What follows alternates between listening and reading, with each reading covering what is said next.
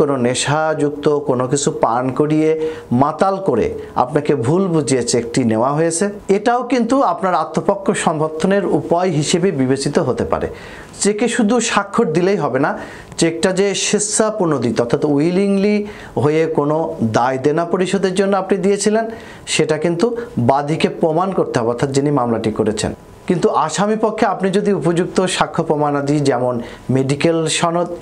রাসায়নিক পরীক্ষার প্রতিবেদন ইত্যাদি আদালতে উপস্থাপন করে দেখাতে পারেন যে চেক ইস্যু করার সময় আপনি মাতাল হয়েছিলেন বা আপনাকে মাতাল করা হয়েছিল, তাহলে সেটি কিন্তু উপযুক্ত ডিফেন্স হিসেবে মাননীয় আদালত সেটা গ্রহণ করতে পারে। আবার তর্কিত চেক ব্যাংক উপস্থাপনের আগেই যদি চেকদাতা অর্থাৎ আপনি আসামি হিসেবে এখতিয়ার সম্পন্ন কোনো আদালত কর্তৃক ঘোষিত হন যে আপনি মানসিক ভারসাম্য,